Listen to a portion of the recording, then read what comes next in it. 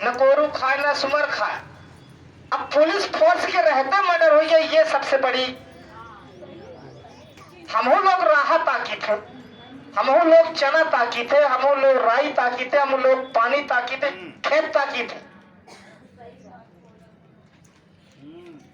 तो हमारे पति के ताकि तो फसल नहीं खा ले क्यों?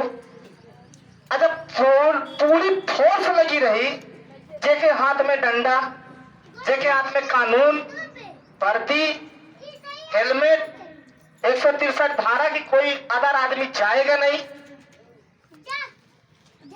और घटना घटी थी, अशोक का टोला दूसरी तरफ था और साकेत टोला दूसरी तरफ था।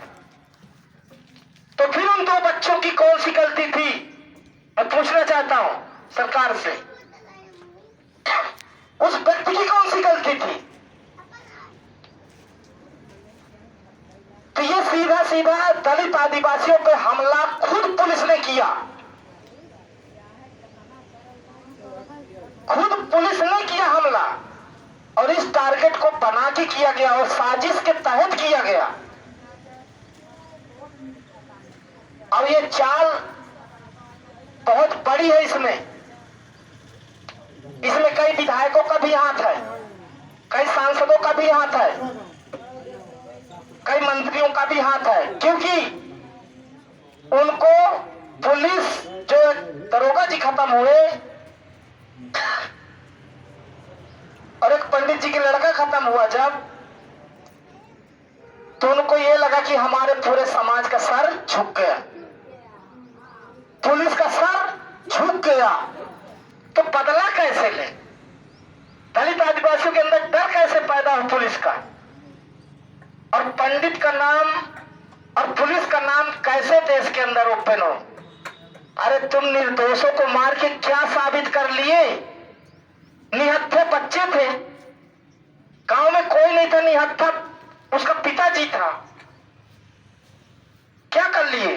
जान ही तो लिए हो ना। और जान लेकर के आपने बहुत बड़ा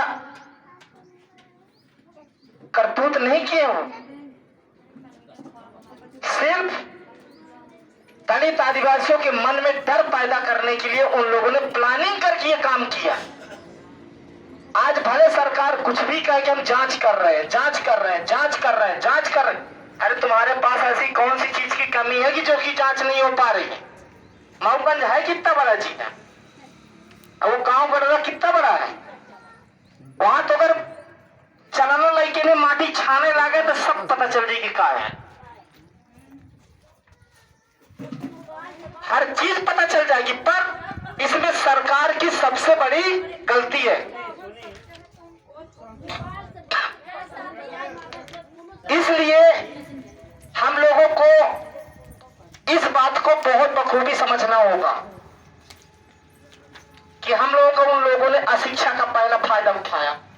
पहला फायदा अशिक्षा का, दूसरा फायदा है हमारे यहाँ के ना मंत्री है, ना विधायक है, ना सांसद है। तीसरा फायदा, चौथा फायदा कि कोई भी मऊगंज में या रीवा जिले में दलित आदिवासी वकील नहीं है। एक भी वकील नहीं अपने समाज का जो कि केस लड़ सके। पुलिस में टीआई से लेकर के आईजी डीआईजी तक अपने समाज का कोई व्यक्ति नहीं है। चौथी गलती, पांचवी गलती यह है कि अपना समाज संगठित नहीं है।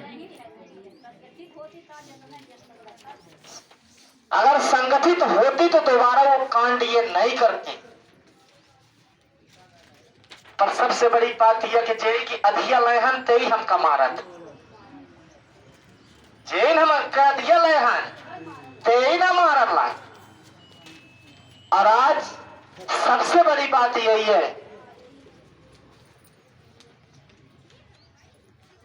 एक कौरा रोटी खाओ पर बच्चे को पढ़ो, एक कौरा रोटी खाओ पर बच्चे को पढ़ो। आज अगर 10 वकील होते, 100 मजिस्ट्रेट होते, 10 विधायक होते, वो कभी नहीं पढ़ाएंगे अपने समाज को। किए, वो सिर्फ दलित आदिवासियों के बच्चे के पढ़ाई के नाम पे वो खाली तनख्वाह लेना जानते हैं, क्योंकि उनका आज से नहीं पूर्वजों से हाल है कि स्कूल का लड़का तो कहते कि चारा मोया जाए, हम मोह न पढ़त पढ़त हम मोह न चारा, उनका गरुआ ढीले जात रहा है, अब बस्ता रखा रहा था स्कूल। सीधे पंडित जी कहा जा तू बोलिया दूसरा निकाल के मोह दिए खाली उनसे रखी है, फिर पे पढ़ाओ।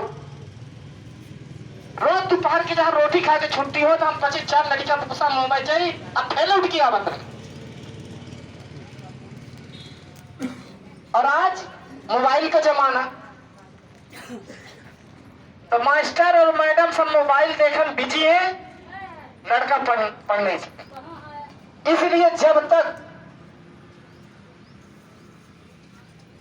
अपने बच्चों का स्कूल अपना समाज स्वतः नहीं खोलेगा और अपने समाज के जो पढ़े लिखे लड़के बहन बेटियां बहू बेटा हैं वो जब तक अपने समाज के बच्चों को नहीं पढ़ाएंगे तब तक अपना समाज आगे बढ़ने वाला नहीं है।